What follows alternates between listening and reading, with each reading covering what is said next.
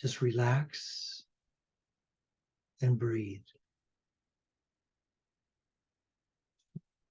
Relax and breathe. Breathing in through your nose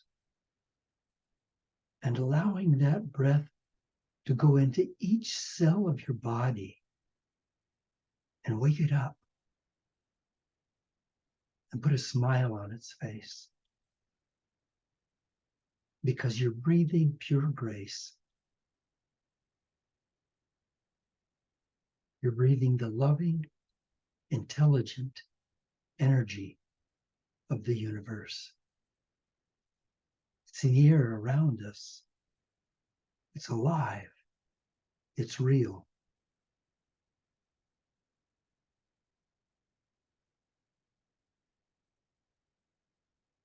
Each breath in, expanding you, allowing you to feel more and more involved, more and more alive.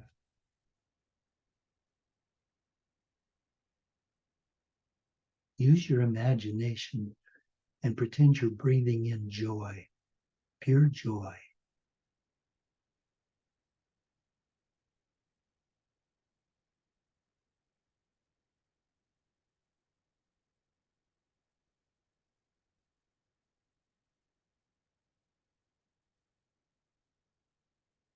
Fish live in the ocean and they breathe water, but they don't know what water is. They just take it for granted. And we live in this ocean of grace. And we breathe it. And we just take it for granted. And today, let's pay attention to the blessings of grace that give every cell life, that stimulate our imagination and our creativity, that allow you and me to become all that we can be.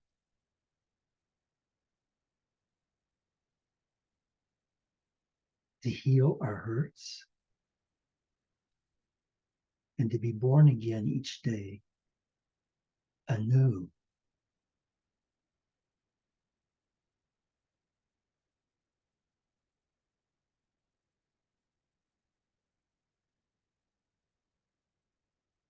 Breathing in as a wave rolls softly up on the sandy shore on a distant island.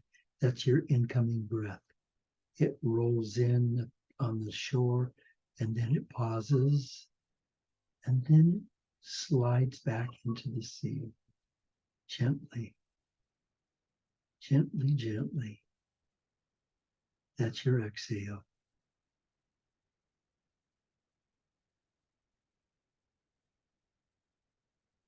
Inhaling, holding that breath,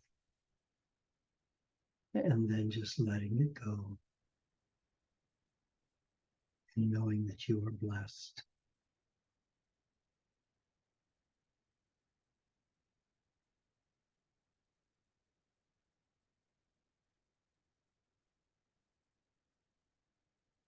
To be blessed is to be enriched, is to be uplifted, is to be expanded.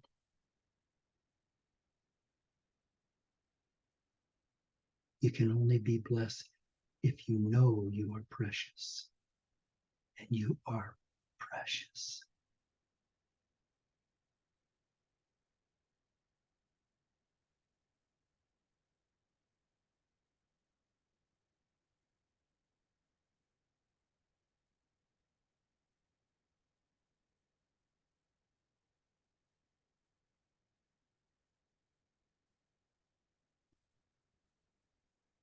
Everything that has ever happened in your life has been a gift.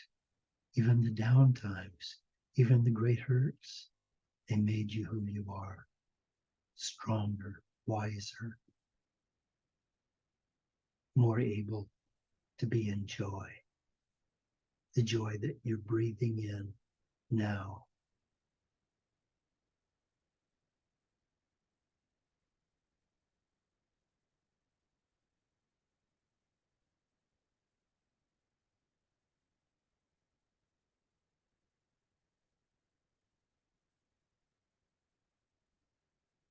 You are unique. You are the only you that ever has or ever will be on this planet.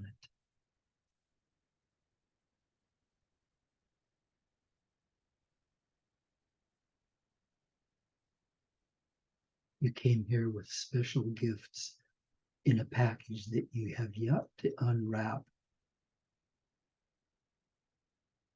to find the jewels of who you truly are,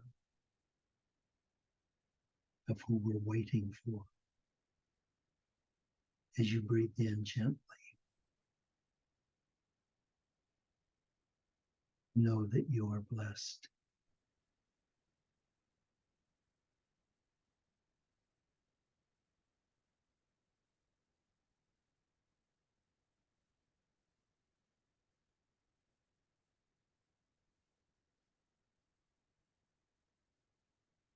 And as you are blessed, then all the cells of your body are blessed, which means that your body is completely well right now. If you dare it to be so, your body is completely well right now.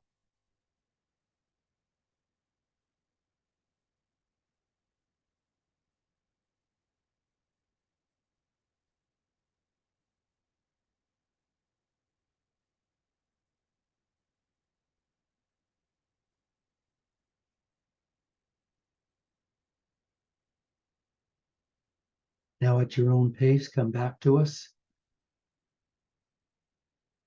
and let us begin. Today, we're talking about social connections, the connections between us that are so important. They're actually our lifeblood. Unless we make those connections and continue to make those connections, we don't have any place to flow ourselves out to. We came here as creators, each one of us, and we need to be able to flow that out. It doesn't just mean paint a picture or carve a statue. It means just being able to show up in the world and allow other people to feel my presence.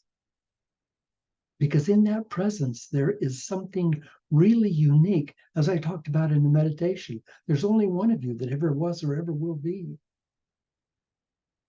And that one of you that ever was or ever will be is right here, right now, right now. And as I said, I think that there's a package that you came with that you haven't completely unwrapped yet, that shows you all of the power and the jewels that you are. You know, you and I admire great people, great inventors, great athletes, great performers, great speakers. What we don't realize is that those people are just expressing their own uniqueness, but they're not greater than you. They're just expressing theirs. And when they express it freely, totally, and completely, then they become really noticeable. But the people that designed all of the great architectures of the world, the great medical discoveries of vaccines and medicines and heart and other organ transplants, and all of those things that have been done by people just like you and just like me. No better.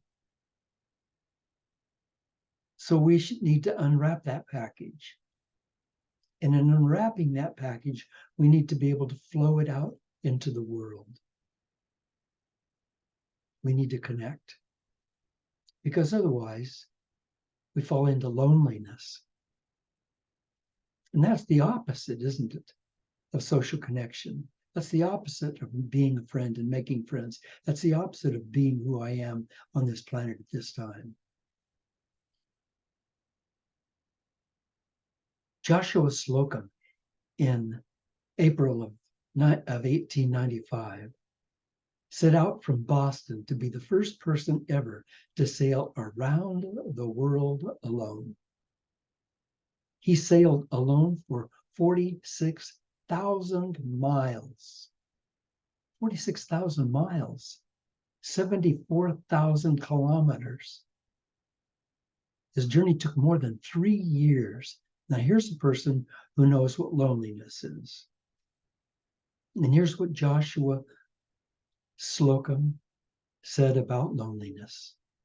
I found that it was not good to be alone, and so made companionship with what there was around me, sometimes with the universe, sometimes with my own insignificant self, but my books were always my friends. You see what he was saying? Is that you can't be disconnected. Mary and I have a dear friend, or had a dear friend, he's passed now, Dick Prenticky, who lived alone in the mountains of Orona Lake in Alaska. And he's quite famous now because they have videos of him on YouTube and on the public access channels talking about and showing him being alone in the wilderness, building his cabin. And he was alone, but he was never alone. He had the wilderness. And like Joshua Slocum, he connected with the wilderness. I'm not sure about Dick's books. I've been in his cabin and I don't quite remember seeing any books, but he was building, working. He was engaged with the wildlife around him. He was engaged with the wilderness around him. He was out every day, winter and summer, with snowshoes, with skis, going across the frozen lake. He was constantly involved. And he was writing letters. We've got a packet of letters that we've shared back and forth with him about him living alone in the wilderness, but he was never alone. And we're not alone. We're not alone in the wilderness of Alaska, and we're not alone on a small sailboat in the middle of the great ocean for months and years. We're a thriving family. We're a thriving family of 8 billion people. And yet there's now an epidemic of loneliness that is among us, and it is deadly. This lack of connection leads to an early death, as if we were smoking 15 cigarettes a day. Why? Loneliness brings about a 29% increase in heart disease, a 32% increase in stroke, and a 50% increase in dementia. And by studies, fully 1/2 of Americans say they're lonely. That's every other American that you see. Go to a grocery store, you see 35, 40, 50 people. Half of them, 25 of them, are lonely, suffering from that loneliness. Mother Teresa said the most terrible poverty is loneliness. She lived her life dealing with poverty. And she said the most terrible poverty is loneliness and the feeling of being unloved. You and I have the ability to change that within ourselves and with others by making those connections, by making sure that we keep those social connections strong.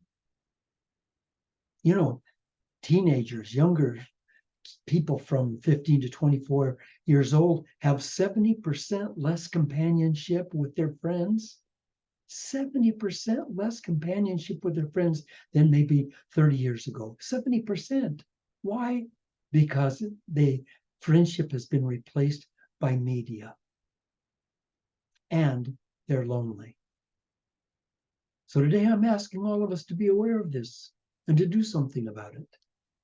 Multiple studies have shown that half of us are lonely. So let's recognize and do something about it. We can do that. Now, if you've had your heart broken by someone leaving you or someone betraying you, you know, a broken heart can lead to an actual medical diagnosis. Did you know that? It can lead to an actual medical diagnosis. Listen, we get lonely because we stop trusting people. We stop trusting ourselves with people. We think there's something about me that people just don't like. There's something about me that's awkward, and I'm ashamed of that. And so I'll just sort of tuck back into my little corner and not bother anybody. And then we build a little shell around us. Because when any tragedy, minor or large, happens in our lives, here's what we do. Any tragedy, any big event like that, that's a negative event, immediately we make judgments about ourselves relative to that situation. Check it, see if that isn't true for you. Think back of the last time some terrible tragedy happened in your life and see, isn't it true that you made a judgment about yourself? If only I had done this, or I could have done this, or I should have done this, or if only I would have done this, or I don't care, I could have done this, but whatever. It's, you make a judgment about yourself. We do that. That's just part of our innate biology. And we need to be able to change that. But in order to change that, we need to be able to change our what? Our behaviors. Our what? Our behaviors. We need to start reaching out to one another. We need to get past those lumps and bumps in our lives. We need to be able to start talking to each other. There's 8 billion of us on this planet, and we're not 8 billion strangers. We are family. Listen, I'm going to tell you something. You already know this, but I just want to bring it to our mind. On this planet, there's only one presence. There's only one being. Oh, some people call it God. I don't care what you call it. We are each incarnations of that being, of that presence, which means there's only one presence and it's in many bodies, which means I am you and you are me. So I can't act like you're a stranger. But you and I need to connect, socially connect, because otherwise we cannot complete our life mission. There are people I know in my life who are just, boy, they're just out there. They belong to bicycle clubs. They belong to tennis clubs. They're involved in this. They're involved in that. They're involved in everything. They just have people all over them all the time. They're constantly sharing. And they're not only listening to people, they're hearing them. Big difference. Not just listening, but hearing. Not just looking at, but seeing. How often do we, when somebody's talking, how often do we shut off our minds? Boy, I can't wait till this guy gets through saying what he's got to say so I can talk. That's just common of it. What about we shut that off and really hear his tone of voice, hear the timbre in his voice or her voice. Really hear them. Hear their heart. Hear their soul calling out to us to be connected, because that's what they're doing. Every message from every person, I don't care what it is, if it's I love you or go to hell, every message says this: I love you and I want you to love me. That's the only message out there. That, I promise you, there is no other message out there. I love you and I want you to love me. But we say it in the oddest ways because we don't trust other people and we don't trust ourselves. How about we say that?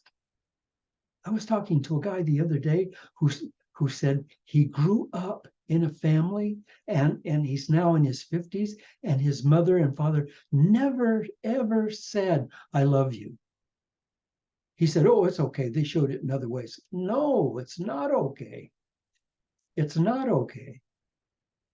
When Mary and I used to do these big giant seminars, sometimes we'd have two people in the same family sitting in the seminar, maybe across from each other, and we would know that there was a dispute between them. So I'd ask them each to get a microphone and stand up. And I'd say to the son, for instance, to his father, I want you to tell him exactly what you don't like about him. Be honest now. So the son would say, you always boss me around. You don't care. You always try to tell me what, blah, blah, blah, blah, blah, blah. You hold yourself from me, blah, blah, blah, blah. And then the man would say, I've given you everything. You know, I put you through school. I give you, I put clothes on your back and a roof under your head, and I'm trying to be a good dad. And you know, you're not. And they go back and forth and back and forth and back and forth. And I just said, just keep going. Please keep going. Please keep going. Do you know how it ends up? If you don't let them stop, you know how it ends up? One of them says to the other, I don't think you love me. And the other one says back to them, I don't feel that you love me either. And then they both start crying. And then they run across the room and hug each other.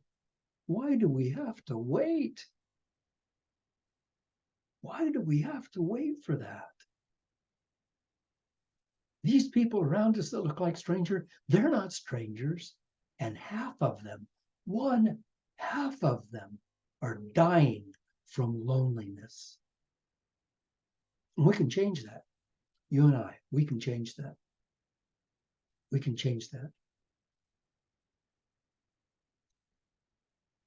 Because the strange thing about loneliness is that it causes us to isolate ourselves. Loneliness causes us to isolate ourselves further, build a shell around ourselves. Then our loneliness deepens and becomes even more painful. Aloneness and loneliness become a whirlpool of desperation, one that can ultimately take our lives.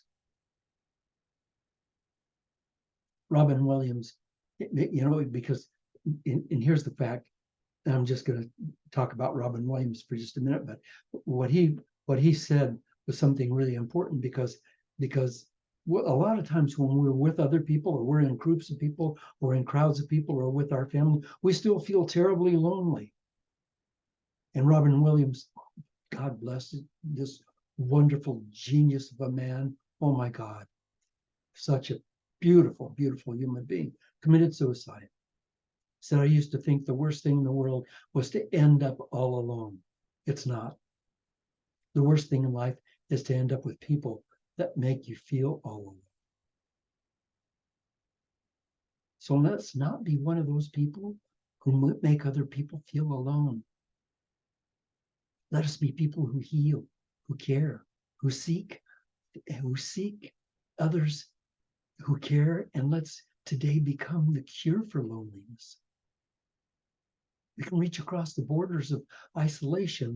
What does it take? What do you have to do? No big deal. When you see a stranger, you can smile, and maybe they won't smile back because they don't see you, because they're channeled into their stuff. This is my life. I have to figure it out. They're all alone, and what if you just said, hey, and got their attention, and when they looked over at you, said, have a great day, with a big smile. Hey, I'm so glad I'm sharing this world with you today. What do you need? I mean, how hard is that? How bloody hard is that to do? To go around and light candles in other people's lives. So can you and I make it a goal this week to bring joy to at least 4 hearts every day? 4 hearts, at least 4. You find them in your family, you find neighbors, strangers. You find someone out there who really needs to be cared about. And what do you say? Hi, I hope you're having a good day. Hey, you look good to me today. Hey, nice seeing you today. And if you're lonely, I know it might be frightening for you to reach out to others. If so, start slowly and come up with just one supportive friend or family, and then expand it. We have a class that starts on Thursday, September 14th through October 19th. 6 weeks from 7:30 to 8:30, from 7 to 8:30 on Thursday evenings. You can find out more about it on bobtrask.com. It's going to be a powerful class. This is the most important class I've taught in 50 years. It breaks down the barriers. It takes old memories that cause you to feel doubtful about yourself, and it dissolves them. It's being born again. I think you should be there. I think you'll love it. September 14th through October 19th. Go on bobtrask.com and you can get all that information. Ho'oponopono, a magic from the South Islands of Tahiti and Hawaii and New Zealand and Bora Bora. Great healing. And Kayla Thompson, who is a genius at being able to paint her soul. Oh God, you've never met anyone like her. She is off the charts genius. And she has classes in which she just puts us through meditation and then allows us to flow our souls onto canvas. And she has two of those, both in Canada, one on September 16th, and the second one on October 2nd. Both classes are on Saturdays from 10 to 4. They're called Reboot Your Creativity, Paint from Your Soul. Oh, I'm going to be there. You want to meet Bob Trask? Want to meet Mary Trask? We're going to be in both of those classes in person. And finally, today, from Mandy Hale, who said about loneliness, a season of loneliness and isolation is when the caterpillar gets its wings. Remember that next time you feel alone. Thank you for joining me today. It's always such an honor spending time with you. Please tell your friends about the weekly reset. Let's get a gang here. If you enjoyed today's message, will you please make a donation? Just go to bobtrask.com and the button is up in the upper right-hand corner. Thank you. Thank you for your support. I appreciate it.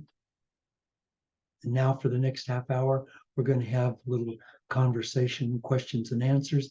And if you want to stick around for that, that'd be great. If you don't want to stick around for that, then have a beautiful day and I'll see you next week. Thank you.